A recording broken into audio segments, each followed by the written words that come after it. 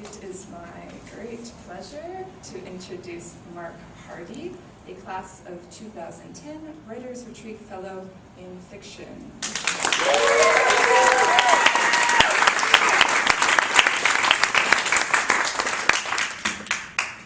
A few months ago, the mainstream writer Elizabeth Berg came to my hometown of Raleigh, North Carolina, and she invited people to submit a one-page something on the theme of reunions, which is the theme of her new novel. So this is my submission.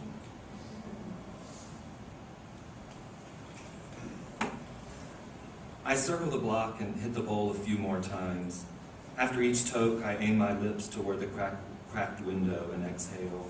I park, spray cologne, and throw back an Altoid. When did they open this Mexican restaurant in the old Legates anyway?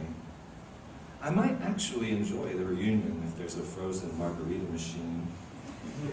In high school, most Hargrave cadets had accounts at Legates on which they charged Attabead necklaces and Gloria Vanderbilt jeans to their fathers before giving them to the Chatham Hall girls. I bet it hasn't been that easy for those guys to get laid in decades. But I didn't have to trade presents for sex. I was a day student. When I wanted to get laid, I invited a boarding student home on a weekend pass. There was no shortage of horny boys. I was shocked by how many begged me to fuck them. I don't know why this surprised me. Hargrave was the place I learned the word fudge packer. In the restaurant, a waiter says, "Buenos noches," and leads me back past a couple licking salt off the same glass. He separates a beaded curtain, and there they sit, the class of '83.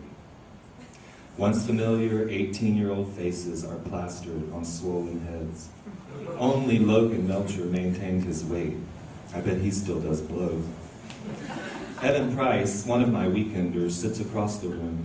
He was a wrestler with a gymnast body, tight like James on the Wild Wild West. His arms and hands had ballooned.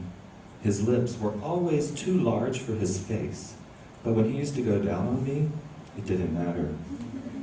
A toddler sits on Evan's lap and gums his watch, while a pigtailed girl tugs his shirt sleeve and cries. The woman beside him feeds a snotty baby a bottle. She must be his wife. Evan raises a shot of tequila. He clears his throat. "How have you been?" I say. He throws back the shot and eyes me. But he needn't worry. I won't out him. I just want my chance to whisper in his ear. "Does your wife get you so hard your dick can't be pried off your stomach? Like I used to?"